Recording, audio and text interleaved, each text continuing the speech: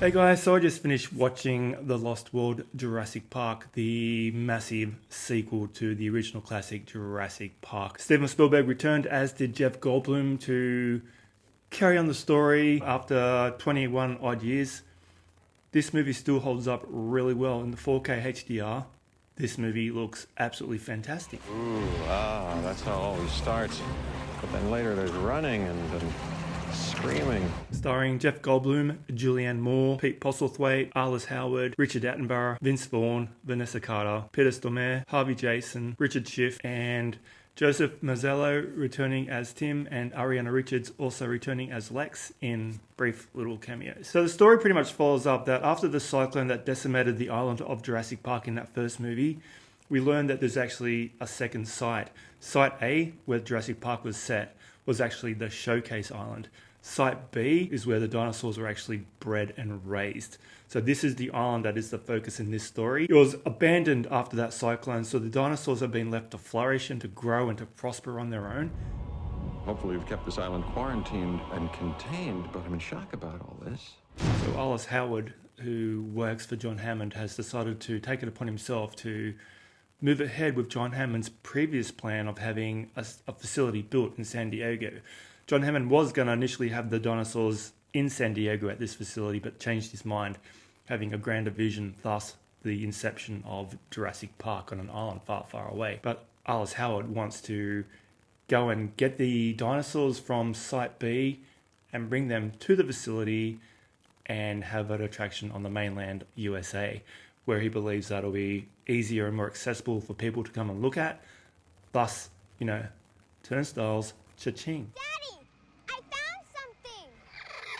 A British family on a yacht cruise stumbled upon Site B. Now it's only a matter of time before this lost world is found and pillaged. Of course, John Hammond is become more of a naturalist these days. He believes the dinosaurs should be allowed to breed and be left alone on Site B without any human interference.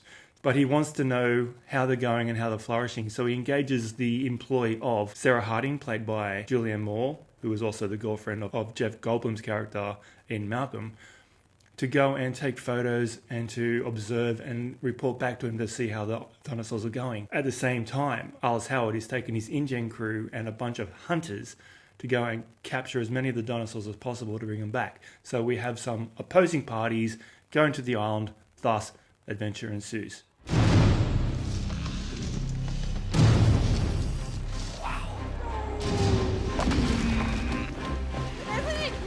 And there is so much adventure in this movie. This is so well done. Like I said, being a 1997 movie, it still holds up remarkably well today. That original Jurassic Park on the 4K resolution, you could see some of the seams in the special effects.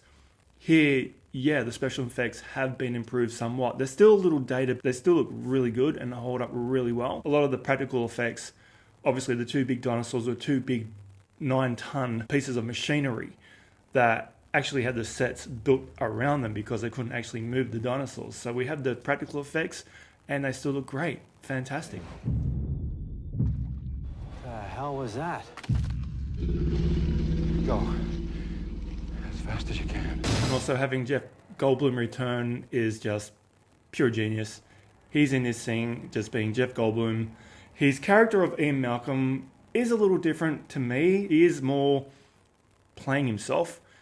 And that's fine. I mean, who doesn't love Jeff Goldblum? So the movie's full of amazing set pieces. The standout for me was the two T-Rexes attacking the mobile facility that Jeff Goldblum and Julianne Moore were using on the island, like two big buses back to back. Something occurs where the infant child of the two T-Rexes is being helped after being injured, and the two big beasties want to come and get their child.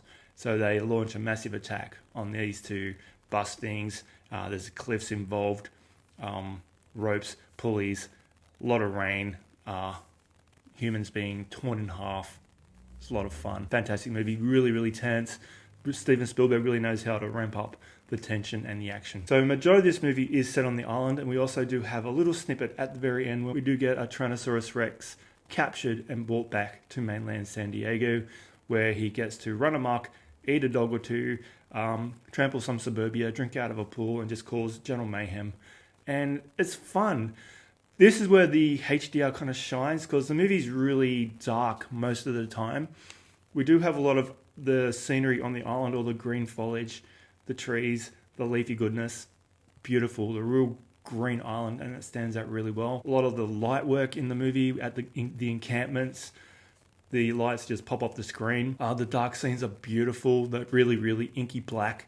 The scene where the raptors are attacking the guys as they're running through the long, tall grass. The blacks in that were just amazing. And the scenery in San Diego, as I said, where the lights and the nightlife just really shine right off the screen. So the movie does look beautiful in the 4K HDR. And also being an older movie, there is some grain, but not a lot. So all you grain haters out there, you're not going to be too perturbed by this one. The grain is there, but it's hardly noticeable for most of the movie. I need you to send rescue immediately. Taking dinosaurs off this island is the worst idea in history of bad ideas. As a true classic, it really, really is quite a fantastic follow-up to the original. It's not as beloved in the franchise by most. The general consensus at the time of release is that it wasn't as good as the original, and it got bashed somewhat by a lot of the critics. But it really has stood the test of time. It's a lot of fun. It's a fun romp. It's a great follow-up. The special effects are amazing. The dinosaurs are fantastically realized, and everyone is just having fun on set making this thing. It was really, really a joy to behold.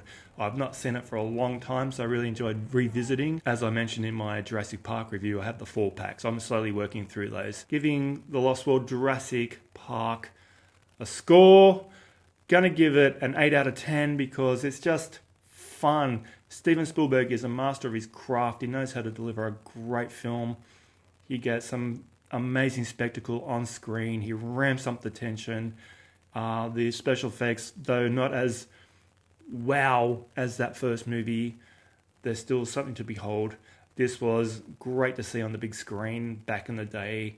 So if you got the biggest TV set possible to put this on, you'll get some massive, massive enjoyment out of it. It's a lot of fun. So yeah, I highly recommend diving into the whole series because Jurassic Park is just a wonderful set of films. Anyway guys, thanks for checking into my channel. That's my review on the Lost World Jurassic Park, the wonderful follow-up to Jurassic Park. Have you seen it? What do you think? Leave a comment down below, throw me a thumbs up, and I'll catch you in the next video. Thanks for watching. Let's get this movable beast underway. Don't move! What is it? Mommy's very angry.